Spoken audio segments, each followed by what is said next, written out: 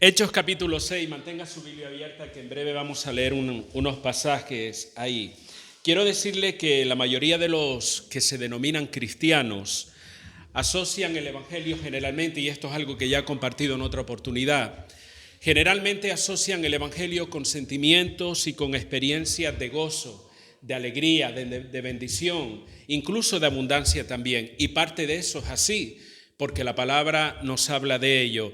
Pero casi nunca se detienen a pensar que desarrollar una fe firme, que es algo que estamos comentando ahora, desarrollar o pensar en crecer y tener una fe firme puede representar en ocasiones momentos de dificultad y momentos de sufrimiento también, como bien ha apuntado Taidí a su momento.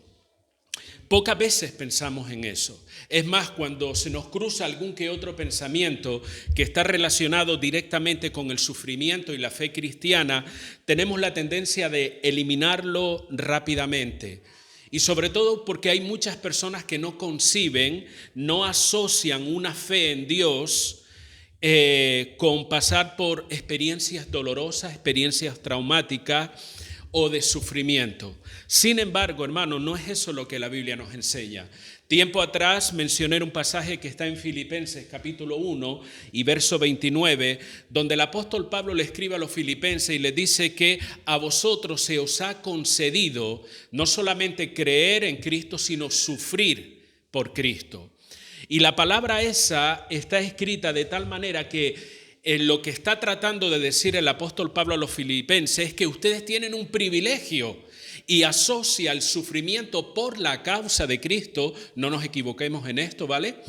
El sufrimiento por la causa de Cristo como un privilegio que tiene el creyente. Aún no nos guste mucho la idea del sufrimiento, aún no nos guste el pasar por una experiencia dolorosa. Si es por la causa de Cristo, la Biblia nos dice que nosotros somos unos privilegiados. De hecho, la Nueva Traducción Viviente utiliza ese término en ese pasaje. Tenéis el privilegio de sufrir por Cristo. Y hermanos, esta idea está confirmada en las mismas enseñanzas de Jesús. En Mateo capítulo 5, Jesús dice, ustedes son bendecidos cuando son perseguidos por hacer lo correcto. Estoy leyéndolo en una versión moderna, Mateo capítulo 5, verso del 10 al 12. Dice el verso 11, son bendecidos cuando se burlen de ustedes. Son bendecidos cuando os persigan, cuando mientan acerca de ustedes, cuando hablen maldades en contra de ustedes por ser seguidores de Cristo. Y como si fuese un resumen a todo lo que viene hablando el Señor en ese pasaje, dice, alégrense en esos momentos. Alégrense en esos momentos de sufrimiento por la recompensa que ustedes van a tener. Y hermanos, esa enseñanza la vemos reflejada nosotros en un personaje que el libro de Hechos nos menciona. Fue el primero de muchos. Hechos capítulo 6, vaya conmigo al versículo número 8, dice la palabra de esta manera. Y Esteban, lleno de gracia y de poder, hacía grandes prodigios y señales entre el pueblo.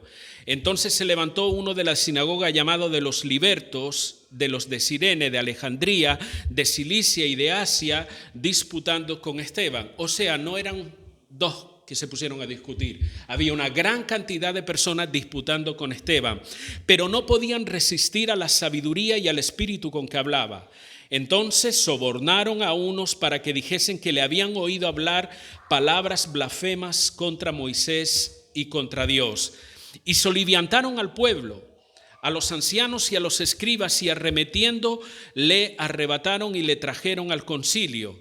Y pusieron testigos falsos que decían, este hombre no cesa de hablar palabras blasfemas contra este lugar santo y contra la ley, pues le hemos oído decir que ese Jesús de Nazaret destruirá este lugar y cambiará las costumbres que nos dio Moisés.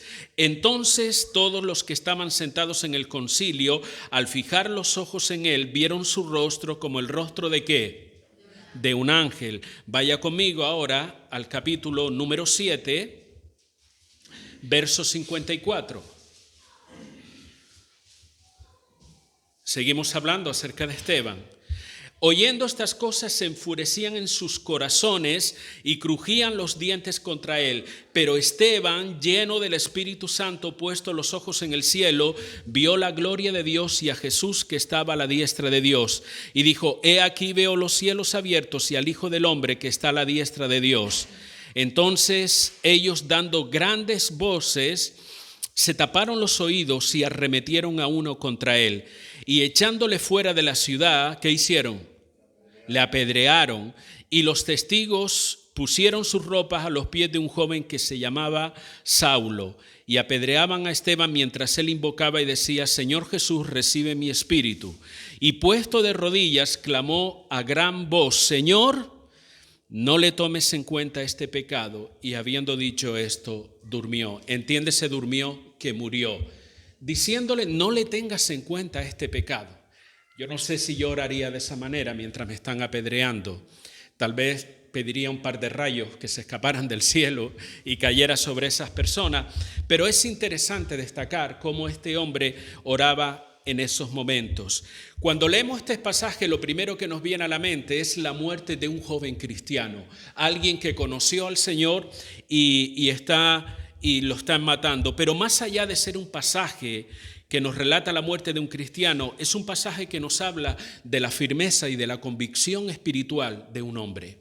Nos habla este pasaje de la fidelidad de un hombre a Dios, la fidelidad en un momento de rechazo, en un momento de desprecio y aún en la misma muerte. A pesar de todas esas circunstancias que Esteban vivió, él se mantuvo firme hasta el último momento, como dice la palabra, hasta que durmió. Y quiero tomar como referencia este pasaje y la vida de Esteban para hablar de 4 aspectos importantes que resaltan en su vida. Son 4 aspectos que nos arrojan bastante luz a nosotros sobre lo que debería ser un cristiano en el día de hoy.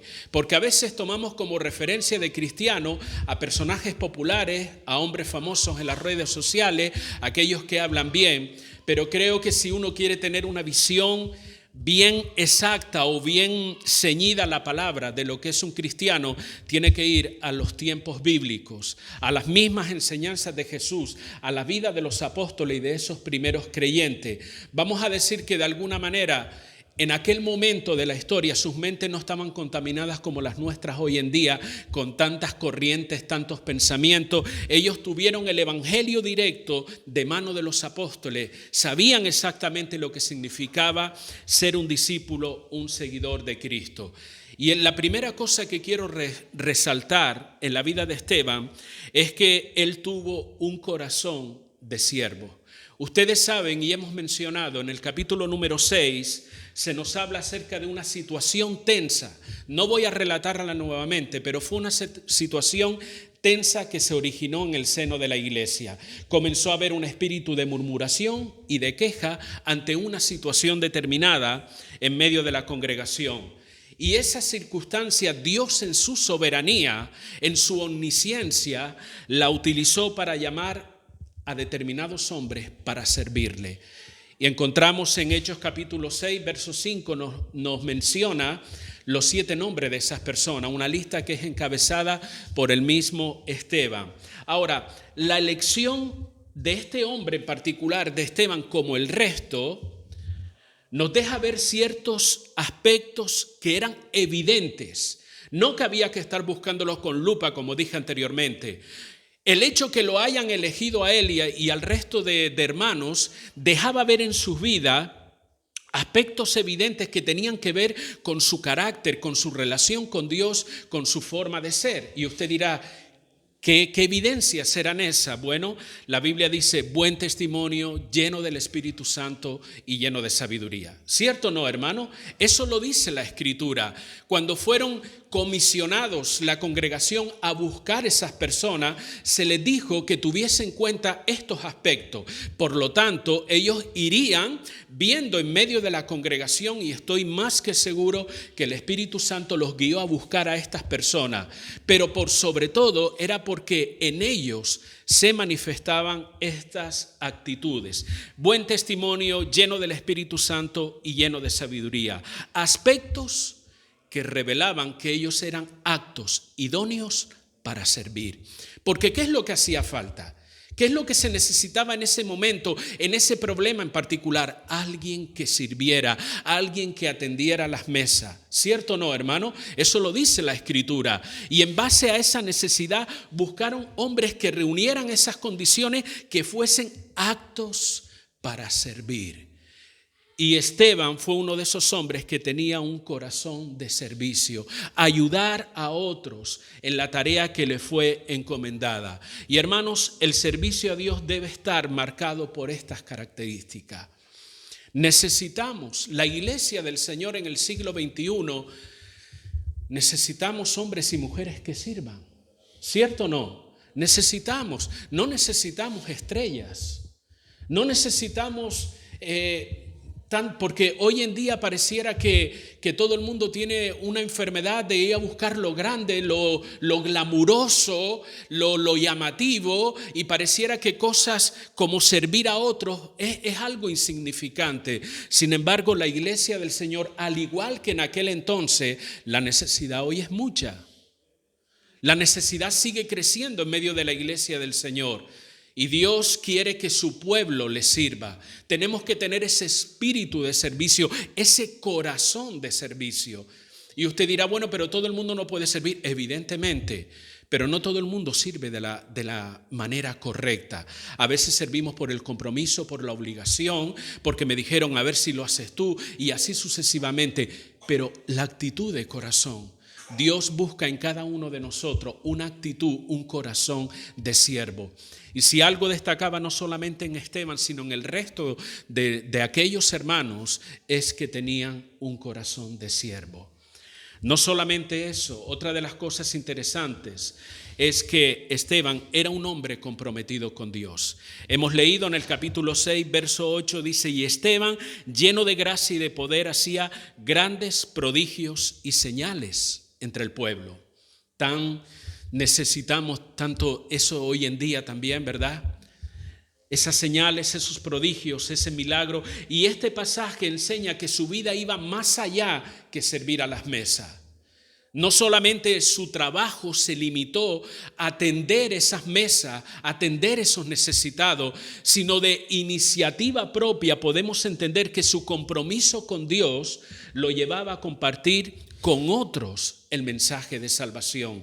Un mensaje, hermano, que era respaldado por Dios y era respaldado por estas señales y prodigios. Dice el texto concretamente, última parte, hacía grandes prodigios y señales entre el pueblo, entre la congregación, entre el lugar donde él estaba. Este hombre compartía esa palabra. No es sencillamente que se ponía en un puesto allí sentado esperando que alguien viniera. ¿Quieres que ore por ti? ¿Quieres un milagro? ¿Quieres una señal? Como hoy en día parece que también se venden esas cosas. Se ofertan reuniones. ¿Quieres tu milagro?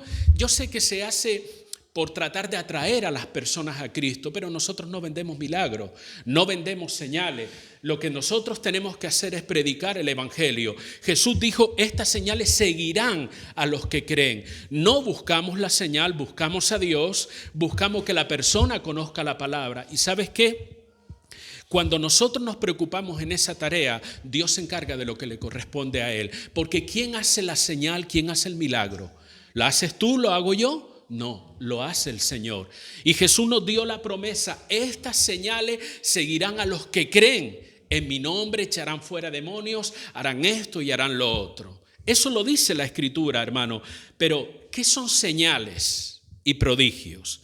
Si tenemos en cuenta todo el contexto del libro de Hechos que venimos estudiando, señales y prodigios tienen que ver con milagros, tiene que ver con sanidades físicas, tiene que ver con liberaciones de personas que estaban atormentadas, poseídas por espíritu. No solamente atormentadas también, sino poseídas. Usted recordará al endemoniado gadareno al que Jesús liberó. Y como eso, tantos otros. Aquel que tiraba a aquel niño al fuego o al agua con intención de matarlo. Eso era algo normal en medio de la sociedad de aquel entonces, y eso es algo normal hoy en día también, hermano.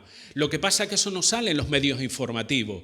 No sale en los medios informativos que muchos de los problemas por los que las personas se están suicidando, se están quitando la vida, son problemas de carácter espiritual, son ataduras de carácter espiritual. Yo no estoy diciendo con esto que todos son demonios, no, yo no estoy diciendo eso, pero que hay una realidad espiritual que la sociedad ignora. Eso es un hecho, hermano. Hay una realidad espiritual, hay espíritus malignos que están atormentando, atando la vida de muchas personas. Y entonces, ¿un tarro de pastillas le mandamos? ¿Una terapia determinada? ¿Un choque? ¿Qué le hacemos a esas personas? Solo el poder de Dios puede liberar a esas personas. Solo un pueblo, la iglesia del Señor, lleno del Espíritu Santo, puede hacer esa labor, puede traer esa libertad a esas personas que están siendo atadas, que están siendo atormentadas por ese espíritu, hermano. Nos damos cuenta también que esto no era algo exclusivo de los apóstoles. Porque hay muchas personas que dicen, bueno, eso de las señales y milagros, eso era por la mano de los apóstoles, ¿cierto? Pero no, aquí la palabra nos está hablando de Esteban, nos está hablando de Felipe más adelante, y ellos no se contaban dentro del grupo de los 12 apóstoles. Sin embargo, Dios los utilizaba de igual manera para hacer esas cosas. En Hechos capítulo 8, si tiene su Biblia abierta, vaya conmigo ahí, por favor. Del verso 5 al 8, dice la palabra, entonces Felipe, Hechos capítulo 8, del 5 al 8. Entonces Felipe, descendiendo a la ciudad de Samaria, les predicaba a Cristo, y la gente unánime escuchaba atentamente las cosas que decía Felipe, oyendo y viendo que las señales que hacían no eran señales, aquí estoy, no habla de ese tipo de señales, ni señales de tráfico para dirigir a la gente, no. Habla de ese poder de Dios manifestado en medio del pueblo. Dice, porque de muchos que tenían espíritus inmundos, salían estos dando grandes voces, y muchos paralíticos y cojos eran sanados, así que había gran gozo en aquella ciudad. ¿Se da cuenta? Ese poder, esa llenura del Espíritu, esas señales, prodigios y milagros no se limitaban exclusivamente a los apóstoles, sino también a todos aquellos que creían en el nombre del Señor, que estaban sirviendo al Señor, y déjeme recalcar esto, que estaban llenos del Espíritu de Dios. Porque si hay algo que tenemos que resaltar en la vida de estos hombres, es que estaban llenos del Espíritu de Dios. Estos ejemplos, todos los que he mencionado, Felipe, los apóstoles, Esteban y probablemente el resto de los diáconos, tienen un denominador común, hermano. Dios manifiesta su poder, su gloria y su grandeza por medio de aquellos que viven en un verdadero compromiso con Dios. Aquellos que realmente están comprometidos con Dios, que han entregado su vida de corazón al Señor, que están viviendo en esa llenura de Dios, en esa búsqueda de Dios, con sus defectos, con sus problemas, con sus circunstancias particulares, pero que están buscando a Dios, que están de manera constante acercándose a Él, aprendiendo más de Él, tratando de obedecerle siempre al máximo. Eso tiene que ver con el compromiso con Dios. Dios utiliza a ese tipo de persona.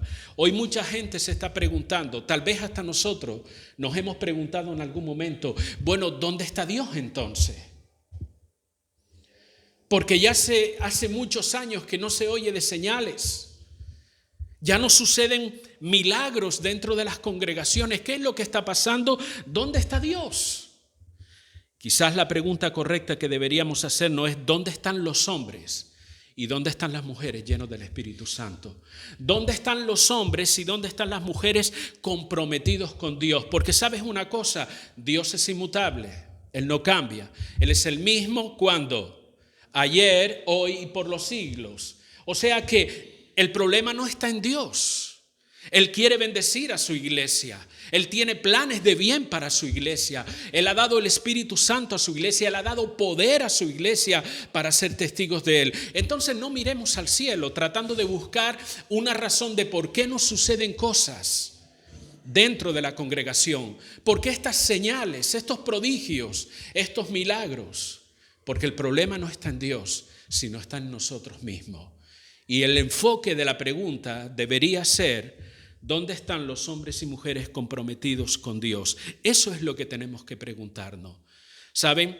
Nuestra carnalidad hoy en día lo que nos impulsa a hacer es que, como no hay esas cosas dentro de nuestros medios espirituales, de nuestro entorno cristiano, pues nos preparamos una teología donde damos 1001 razones por las que no suceden esas cosas.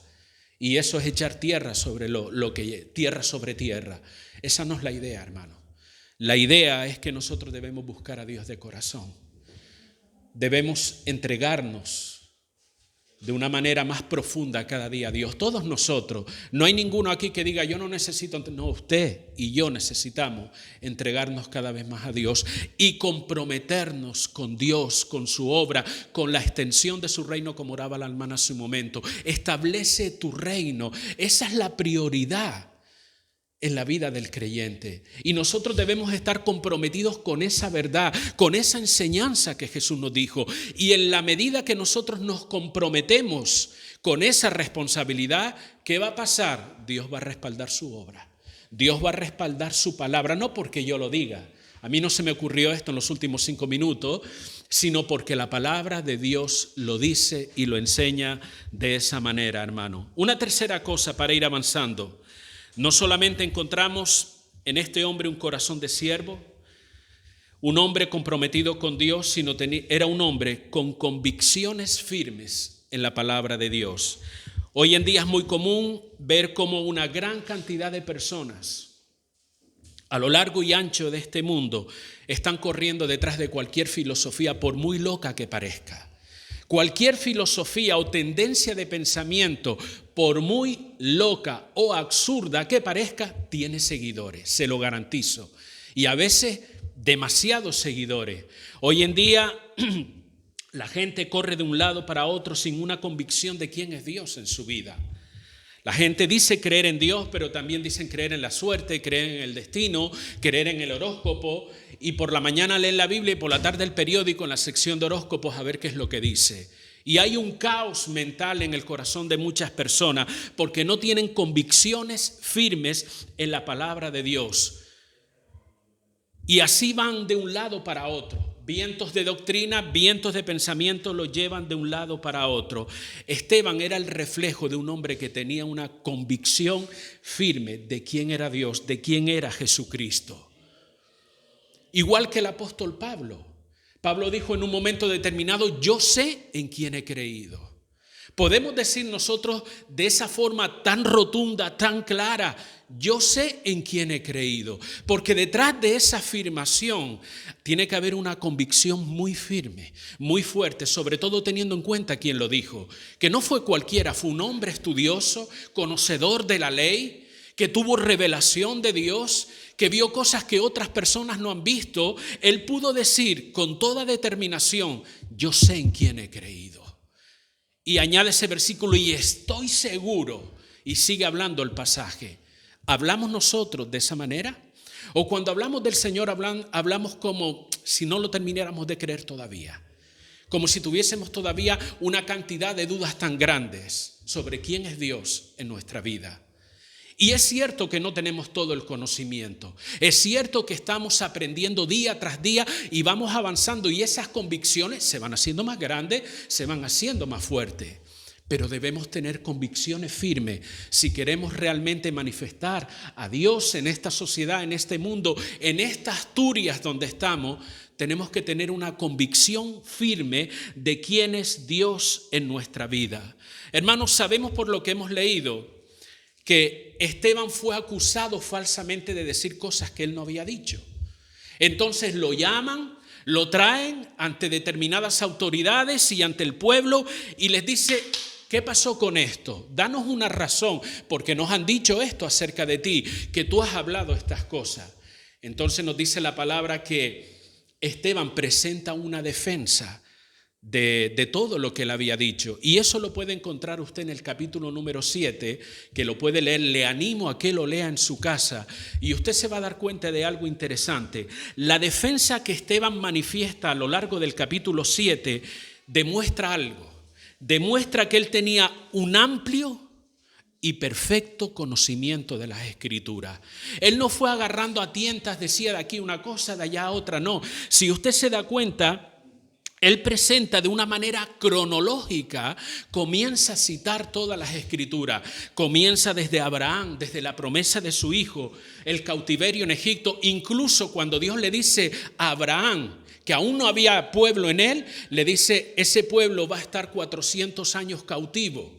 Y toda esa serie de cosas, todos esos detalles que parecen insignificantes, Esteban los conocía al pie de la letra y de una manera ordenada y cronológica sigue hablando acerca de José en Egipto, la liberación del pueblo de Israel cuando estaba en Egipto por mano de Moisés, la obstinación, la idolatría del pueblo, la toma de la posesión de la tierra prometida, así hasta llegar a Cristo. ¿Se dan cuenta? No habló al azar.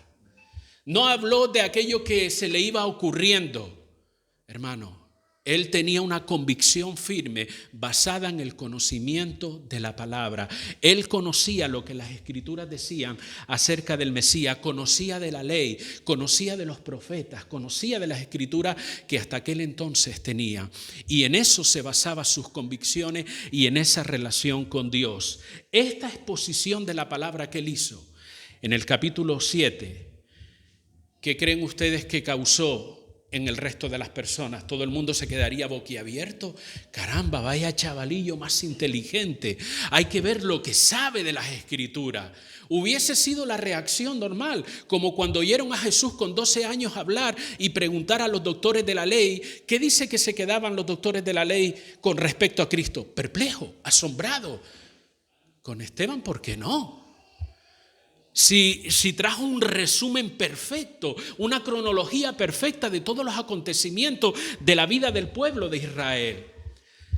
Lo que causó no fue expectación, sino rabia y malestar. Hechos capítulo 7, verso 54, creo que hemos leído hace un momento también, donde dice, oyendo estas cosas, se enfurecían en sus corazones y crujían los dientes contra él. ¿Por qué? Porque esa exposición de la palabra puso al descubierto el pecado de ellos. Puso al descubierto su falta de fe, su incredulidad acerca del Mesías, su rechazo al Mesías. Por eso ellos se enfurecían. ¿Saben? Esteban no era un joven ignorante que estaba encaprichado con una nueva religión. Así se puede catalogar quizás a muchos por ahí. Pero este no era un joven ignorante, como digo, encaprichado con una nueva religión, sino que demostró ser un hombre con una convicción firme en la palabra de Dios. Una convicción firme, hermanos. Tus convicciones de quién es Dios en tu vida van a determinar tu firmeza. Te lo repito nuevamente porque me costó pensarlo, Tus convicciones de quién es Dios en tu vida van a determinar tu firmeza y la manera que te vas a enfrentar a la vida, la manera que te vas a enfrentar a los problemas, la manera que te vas a enfrentar al sufrimiento y aún a la misma muerte. Tus convicciones van a determinar eso. Las convicciones que este hombre tenía acerca de quién era Dios en su vida, de la palabra de Dios, de esa relación con Dios, fue lo que lo hizo mantener firme hasta la misma muerte, como dice aquí la Escritura. Tu convicción está ligada a tu conocimiento de la palabra de Dios y tu relación con Él. No solamente al conocimiento, porque hay personas que tienen una gran cantidad de conocimiento en la cabeza y no conocen a Dios. Cuando hablo del conocimiento de Dios, lleva aparejado, lleva la idea de conocer quién es Dios también, ¿vale? No solamente de tener datos intelectuales en la cabeza. El conocimiento de quién es Dios, no solamente a nivel mental, sino a nivel espiritual, por medio de esa relación con Él. Y por último, mis queridos hermanos, Esteban fue un hombre entregado hasta la muerte. Un hombre entregado hasta la muerte. Se cree que Esteban murió alrededor de los 29 años. Y como ya hemos leído de una manera trágica, no fue una muerte dulce. No se tendió tranquilamente y bueno, se quedó dormido y se despertó en el reino de los cielos. Eso no fue así. Él entró con violencia al reino de los cielos, porque dice la Escritura que fue apedreado. La pregunta es, ¿cómo fue capaz un joven de afrontar esa situación? Miren, no hay que ser muy listo para darse cuenta de lo que dice la Escritura. Él pudo enfrentar esa situación por medio de la gracia y del poder de Dios. Hemos leído en varias oportunidades Hechos 6:3, buen testimonio, lleno del Espíritu Santo y lleno de sabiduría. Hechos 6:8, hablando de Esteban, lleno de gracia y del poder de Dios. Hechos 7:55, hablando de Esteban, lleno del Espíritu Santo. ¿Se dan cuenta el denominador común que hay ahí? Lleno del Espíritu Santo, lleno de gracia, lleno de poder, lleno de Dios. En esa llenura de Dios es que Él pudo hacerle frente a una situación injusta, a un rechazo, a unas calumnias que lo llevaron hasta la misma muerte, y pudo hacerle frente a la muerte. Estar lleno de Dios, hermano, nos capacita para hacer frente a esas situaciones trágicas, situaciones dolorosas. Y Esteban fue el primero de una larga lista que no se ha terminado. Una larga lista que hasta el día de hoy hay cientos, miles, millones de creyentes que siguen afrontando persecución y sufrimiento por la causa de Cristo. Las últimas estadísticas del Ministerio Puertas Abiertas nos dicen que actualmente, siglo XXI, hay más de 340 millones de personas que están siendo perseguidos a causa de su fe en Cristo. Están siendo maltratados, perseguidos en diferentes países. Usted puede buscarlo en internet. Busque Puertas Abiertas, estadísticas del último año, y se sorprenderán incluso de algunas imágenes que muestra ese ministerio, personas asesinadas. Pero saben, eso no sale en los medios informativos. Eso no sale en el periódico. Eso no dedican un programa como en El Punto de Mira, que si aquel robó, que si el otro hizo tal cosa, que si el otro se fugó con fulanita. A esas cosas le dedican programas completos. Pero aquellas personas que están siendo perseguidas, que están dando su vida por la causa de Cristo, permanecen en el anonimato. Creen ellos que permanecen en el anonimato. Esa sangre está clamando delante del trono día tras día. Todo ese sufrimiento, ese dolor que nuestros hermanos están derramando, así como lo hizo Esteban. Hermano, su entrega y su seguridad en Dios, así como sucedió con Esteban, sucede con nosotros también. No porque nosotros seamos súper especiales, sino porque es Dios obrando en nuestras vidas. Porque tal vez en nuestra propia capacidad, fuerza, inteligencia, nosotros somos los primeros en salir corriendo. Pero cuando es Dios el que está obrando en tu vida, cuando nosotros nos llenamos de Dios, nosotros podemos con valentía y con disponibilidad también hacer frente al ataque, al odio que otros manifiestan por ser cristianos. Prueba de ello son estos millones de personas que te estoy diciendo, que no son Esteban, pero hay millones de hermanos nuestros que están haciéndole frente a esa misma situación. La llenura de Dios nos va a dar esa disponibilidad y ese valor para enfrentar el rechazo y las calumnias, el sufrimiento y aún la misma muerte. Esa gracia y ese poder de Dios capacitó a Esteban y te capacita a ti y me capacita a mí también. Tal vez tenemos la fortuna, la gracia, la bendición de vivir en un país de momento donde no estamos siendo perseguidos en ese sentido. Pero saben, a veces vienen otras cosas en nuestra vida que igualmente nos hacen sufrir, que nos causan daño, dolor. Señor, ¿cómo enfrento esto? La gracia de Dios, el poder de Dios te ayuda en un momento de necesidad apremiante en tu vida, en un momento donde quizás la enfermedad se prolonga durante tiempo en tu vida, en el momento de la adversidad, de la dificultad, en los contratiempos de la propia vida, las complicaciones que a veces se levantan en las circunstancias particulares de cada uno. Y ahora, ¿cómo Dios te va a dar la fuerza, porque Él no nos abandona. Recuerda, tú puedes sentir en ese momento, y ahora. Él dice, yo no te dejaré ni te desampararé. A veces el dolor, la propia circunstancia, no nos deja ver esa realidad de que Dios está ahí con nosotros, de que Él nos está ayudando, nuestro corazón nos juega una mala pasada y dice, ya Dios se fue, estás solo, estás abandonado. Pero no es así. Si nosotros tenemos una convicción firme de quién es Dios en nuestra vida, su gracia, su poder, su Espíritu Santo nos va a ayudar a enfrentar esos momentos, por muy difíciles y complicados que sean. Yo no digo que vas a estar bailando en medio del dolor, que estás con una sonrisa colgate las 24 horas cuando estás pasando por un momento de adversidad. No estoy diciendo eso. No estoy diciendo incluso de que no te duela, de que no vayas a sentir la presión de esa situación. La vas a sentir. ¿O usted cree que Esteban no sintió el dolor de las piedras? ¿O él no sintió como ese rechazo, esas calumnias? Toda esa serie de confabulaciones que hubo, él no sintió nada de eso, evidentemente. Pero más allá de eso, la gracia y el poder de Dios estaba fluyendo en su vida. Yo trato de imaginar a este hombre con una calma, una templanza, una seguridad, no con un histerismo y yo, ay, ¿ahora qué me van a hacer? No. Da a entender la Escritura, y aunque no te lo dice específicamente, cuando ese hombre dice que hablaba y ellos rechinaban los dientes porque no podían resistirle.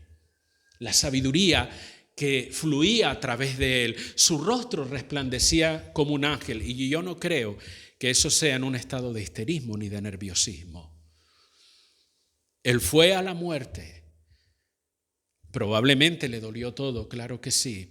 Pero mientras él moría, dice que él veía al Hijo de Dios sentado a la diestra del Padre. Dios le dio una gracia especial incluso para afrontar la muerte. Y en cuestión de segundos ya estaba en la presencia del Señor. La gracia y el poder de Dios. Es posible que alguien piense, bueno, yo no entiendo qué sentido tiene la muerte de un joven como Esteban.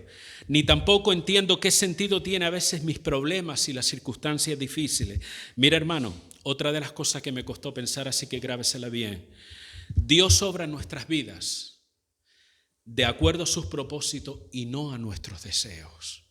A veces a mí me gustaría que las cosas fuesen de otra manera, pero Dios no obra en base a nuestros deseos, sino en base a sus propósitos, a su plan y su voluntad para cada uno de nosotros. Y aún en medio de las tragedias, escúcheme bien porque estoy terminando, aún en medio de su tragedia personal, Dios está obrando para cumplir su plan y su propósito.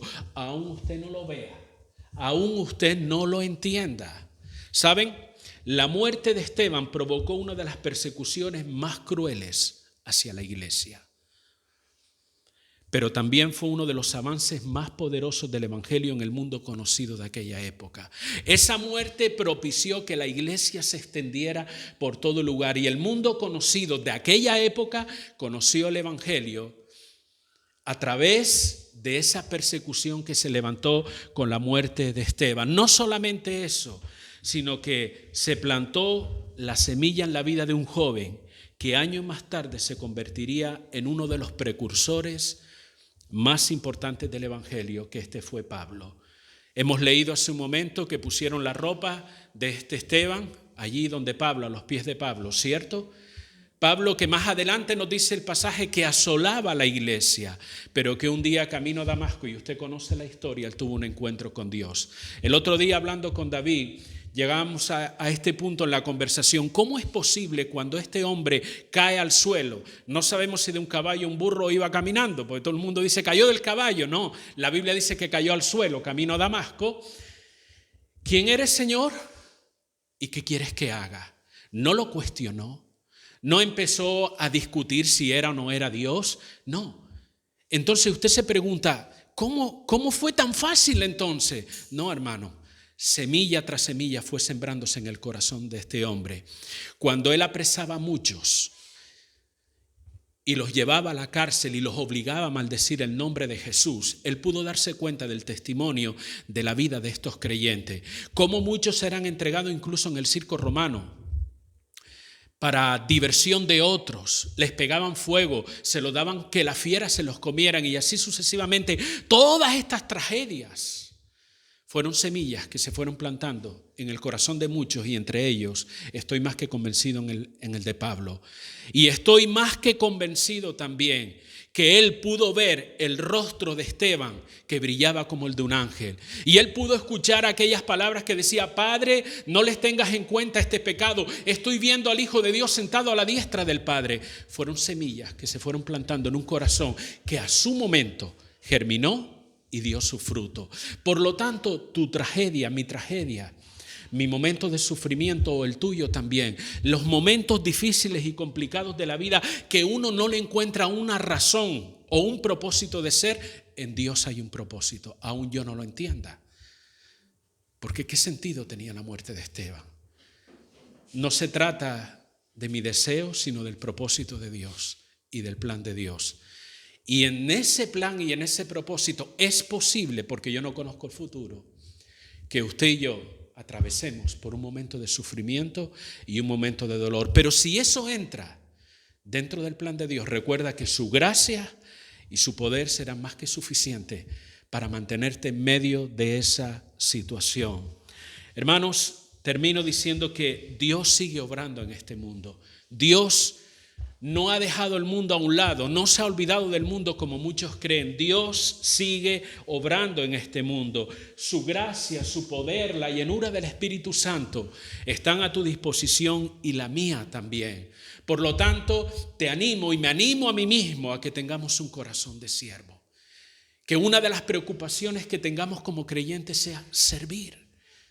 Si el maestro se agachó a lavarle los pies a sus discípulos, una tarea que era solo encomendada para los esclavos, si él, siendo el maestro, el creador del universo, Dios mismo, se acercó a lavarle los pies a sus discípulos, que ni siquiera eran hombres importantes en la sociedad, pescadores, gente sin letras, como decían algunos burlándose de ellos, gente del vulgo, él les lavaba las piernas para enseñarnos lo importante que es el servicio. Aprendamos nosotros también a tener un corazón de siervo, a servir. Tengamos un firme compromiso con Dios, por encima de todo y por encima de todos. Nuestro compromiso con Dios está por encima de la esposa, del esposo. El compromiso con Dios está por encima de nuestros hijos, de todas las cosas. Tiene que estar. Jesús dijo: el que no me ama a mí, más que a padre, madre, hijo o hija, ¿qué dice la Escritura? No es digno de mí. Esteban tenía un compromiso que lo llevó a la misma muerte, a enfrentar la muerte. Cultivemos nuestras convicciones por medio del estudio de la palabra de Dios y de nuestra relación con Dios. No escatimemos estudiar la palabra, sino estudiémosla, dediquémosle tiempo para que esas convicciones se vayan formando, vayan creciendo, vayan tomando su lugar en nuestro corazón. Recuerden, a mí me sorprende cuando leí el capítulo 7 y puse atención en ese detalle. A veces lo lees deprisa y no te paras a pensar, pero es que el hombre hizo un relato, un orden cronológico tan exacto. Digo, este hombre conocía las Escrituras. Él no fue a tientas a ver si acertaba o dio un dato por aquí, otro dato para allá. No, él habló con toda seguridad y en un orden determinado. Esto nos deja ver su amplio conocimiento de la palabra. Para que hayan convicciones de quién es Dios en tu vida, tú tienes que conocer la palabra. ¿Cómo creerán, dijo Pablo, si no hay quien les predique? ¿Le predique el qué? El evangelio. La fe es por el oír, ¿y el oír de qué? De la palabra de Dios. La palabra hace convicciones cuando es creída y obedecida, como predicó tiempo atrás David también. Cuando creemos y obedecemos la Escritura, eso forma convicciones en nuestra vida. Y por último, hermano, tengamos esa entrega total a Dios. Una entrega incluso que implique la disposición de sufrir por Él. Porque queda muy bonito cuando leemos en los versículos de que alegraos cuando digan toda clase de mal contra vosotros, mintiendo. Sí, gloria a Dios. Pero cuando alguien te sube el labio, lo miras atravesado, y si la mirada pudiera matar, más de uno hubiera estado tieso ya. ¿O no? Pero decimos alegraos y gozaos. No, hermanos, para llegar a ese punto de alegrarte y de gozarte, cuando alguien te insulta, cuando alguien dice algo mal contra ti, cuando alguien te levanta calumnia y te trata de difamar por el hecho de que tú seas cristiano, hermano, nuestra carne no se siente feliz. Nuestra carne, nuestra naturaleza pecaminosa dice, agarra un palo, coge una piedra, lo primero que te venga a la mano. ¿Sabes cuándo nos alegramos y cuándo nos gozamos? Cuando Dios realmente llena nuestro corazón. Somos conscientes que lo que estamos sufriendo es por causa de Cristo. Entonces, como los apóstoles cuando los azotaron, dice que salieron gozosos de haber sido azotados. No es que no le dolía, a aquello le dolía, pero gozosos de haber sido tenidos por dignos de sufrir por Cristo. Así que, hermano, sigamos adelante en este camino de la fe. Aprendamos de estos hombres y tengamos en cuenta los millones de personas que hoy día, hermanos nuestros, están sufriendo por la causa de Cristo. Amén.